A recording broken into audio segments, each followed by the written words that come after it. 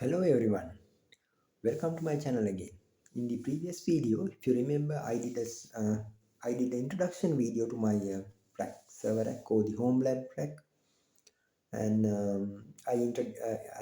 briefly explained how I build this rack using two rack tables and some extra woodwork, and why I did this and so on.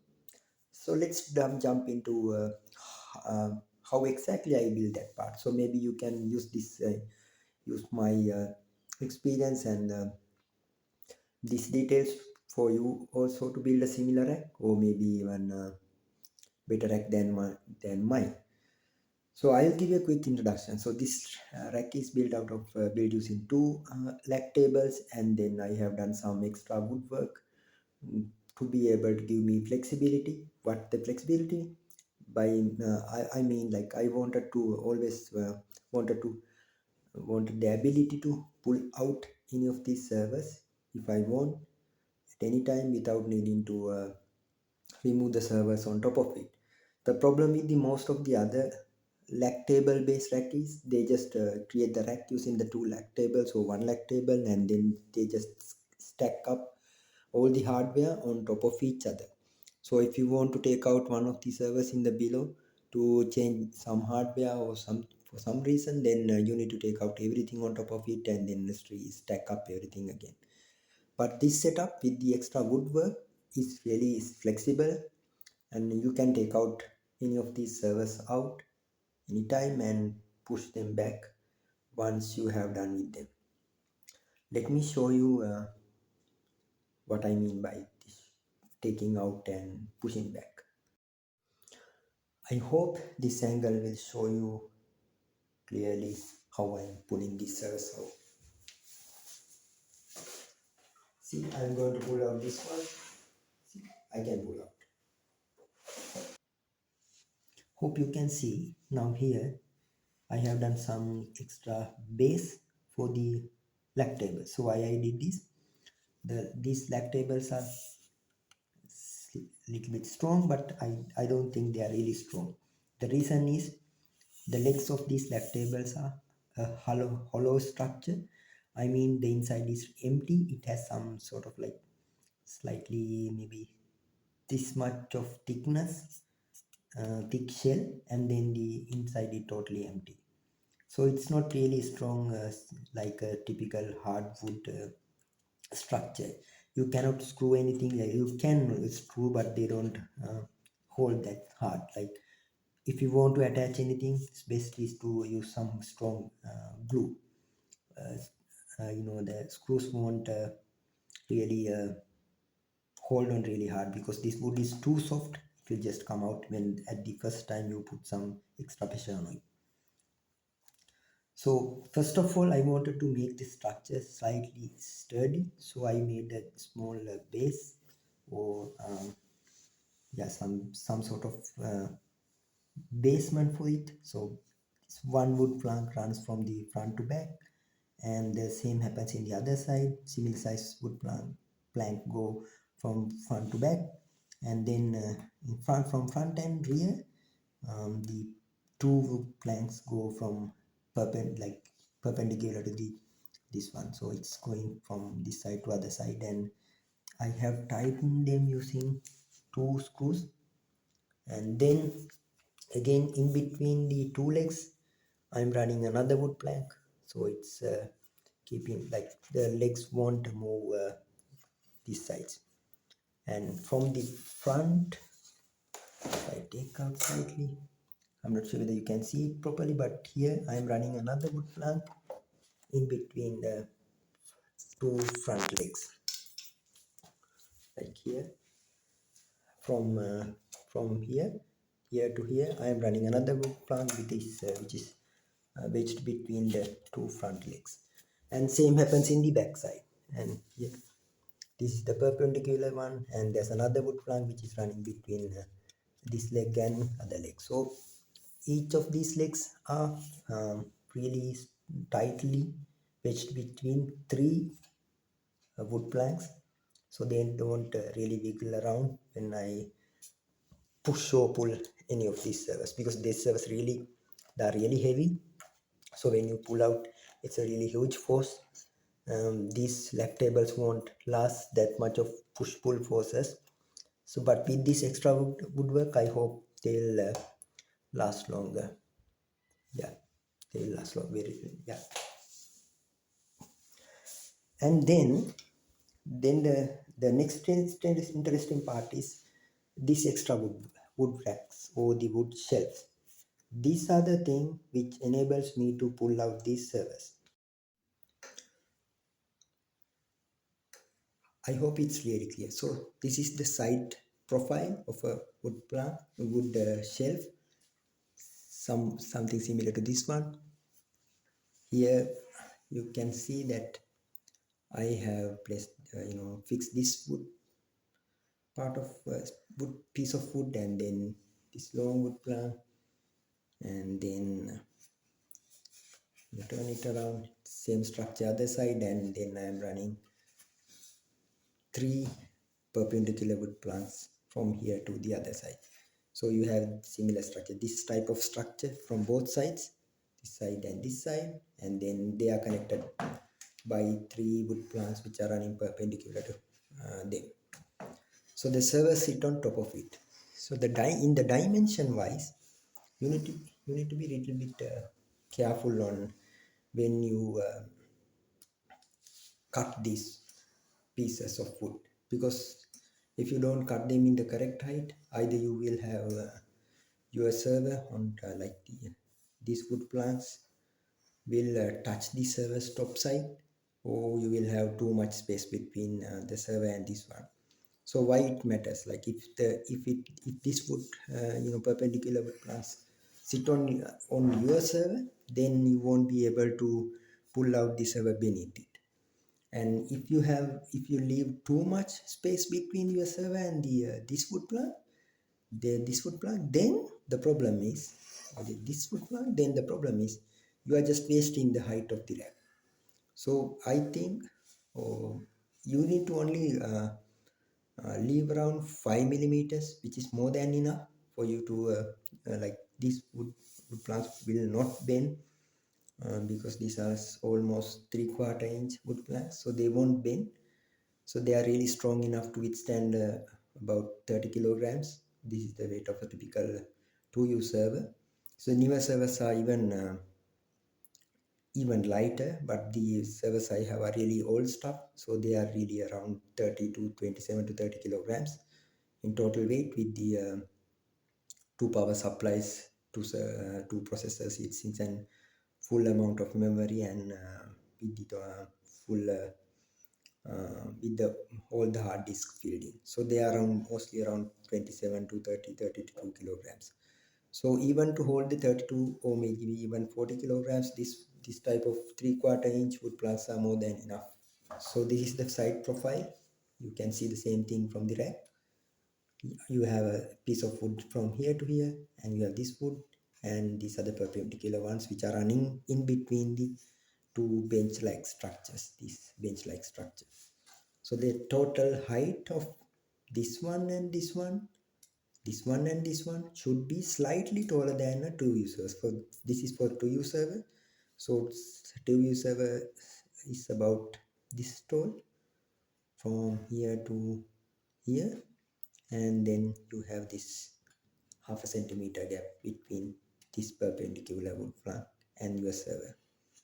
So that is basically the structure. So then you place it like this in between the two legs of the IKEA lag table, and you need to be little bit careful on this width also. Typically IKEA lag tables, let me measure it.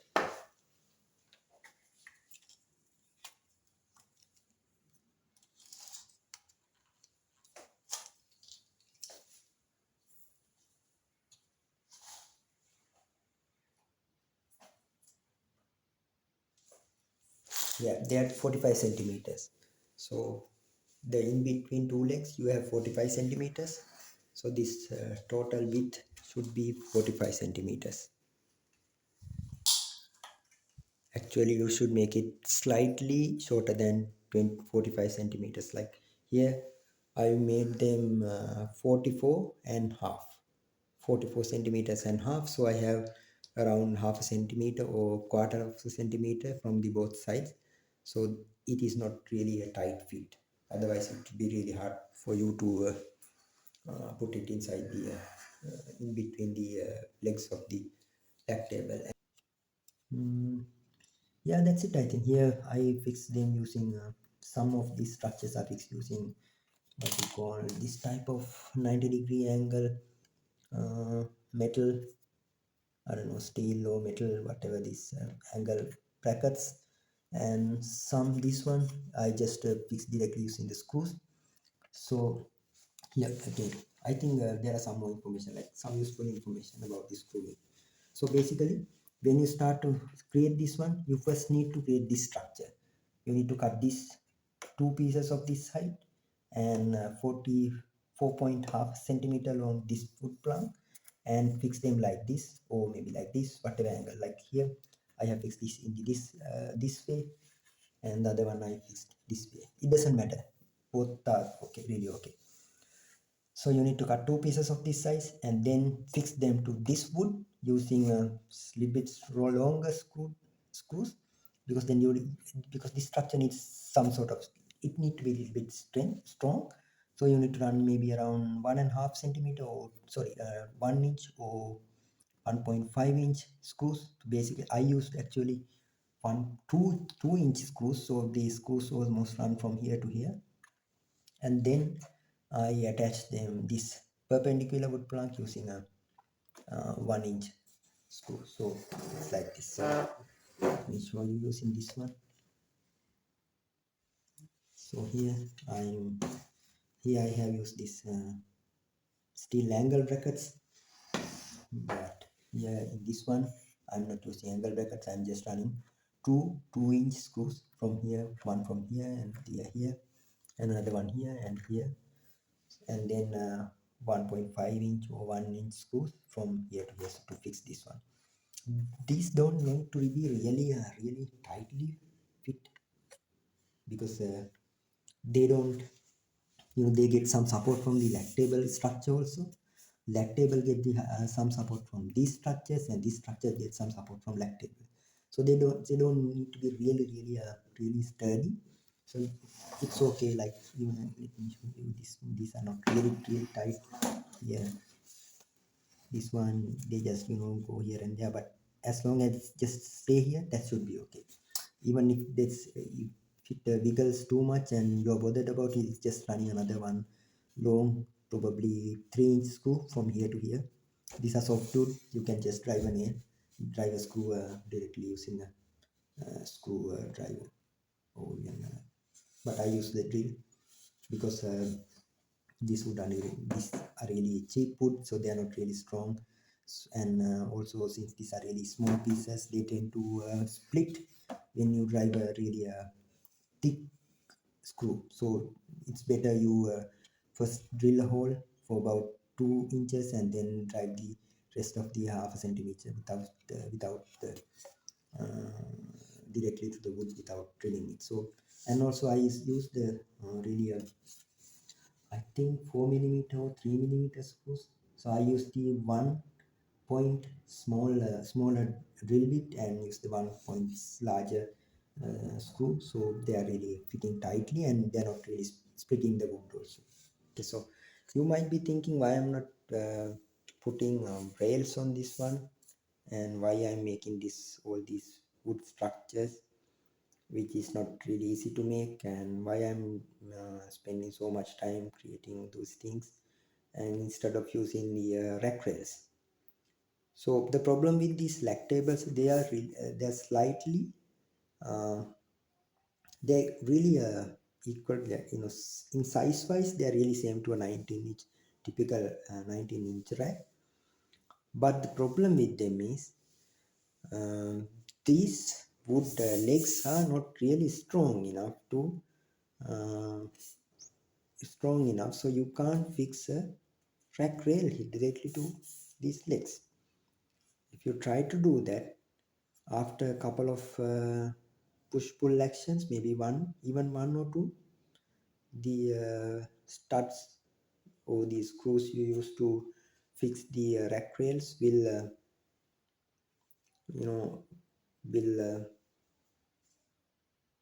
break away. So that's the first problem. The second problem is these lactables, like also said, like these are really a square. So it has the same distance between this leg to this leg and this leg to this leg. So I said like this is just 45 centimeters. So but typical server rack is like really longer than these lactables, and most of the server rails won't fit on these 45 centimeter width. Server rails are most of the time slightly long, like maybe somewhere like it ends somewhere like this, because they are mostly around 60 centimeters or 2 feet. So they won't you won't be able to fix them here without significantly modifying their length and so on. Modifying the length of rack rail is really hard thing, because the rails are made out of really strong steel and you need to use an angle grind or something to cut off. And even you do that, some of the rails are made in a way you won't be able to cut and fix them, because you need to then drill holes and so on. Everything's really a struggle, and then by doing that you are typically you are actually ruining the entire rail set also. So if you want to someday one day move to a proper rack, then you won't be able to use them again. So for some of these servers, I already have Rails, but I kept them because one day if I wanted to move to a proper rack, then I will be able to use them. For here, I am using them. And the time wise, they don't like to create this type of thing. It won't take that much of time. As I remember, I made this entire structure, like including the fixing the two like tables together and making this base, and then making this one, two, three, and the fourth one here, this fourth rack shelf. Everything took me around maybe 3 hours or even less than that, without even using any power tools.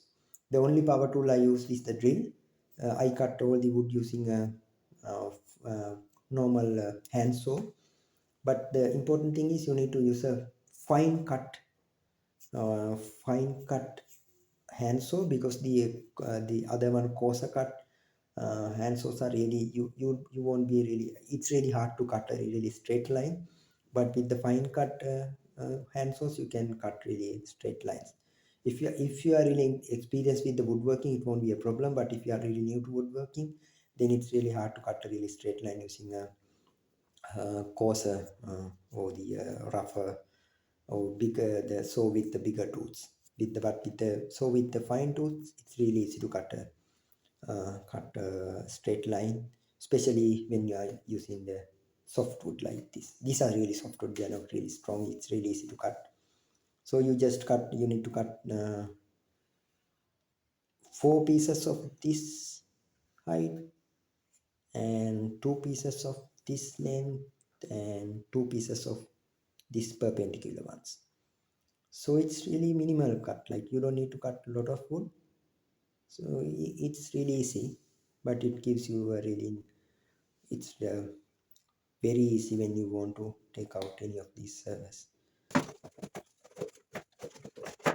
Yeah, one last point. So basically, I said like the total height of this rack is slightly I leave around 5 centimeter between this wood plank and the server, and then sorry, a half centimeter between the server and this wood plank, and this wood plank is around 3/4 inch tall.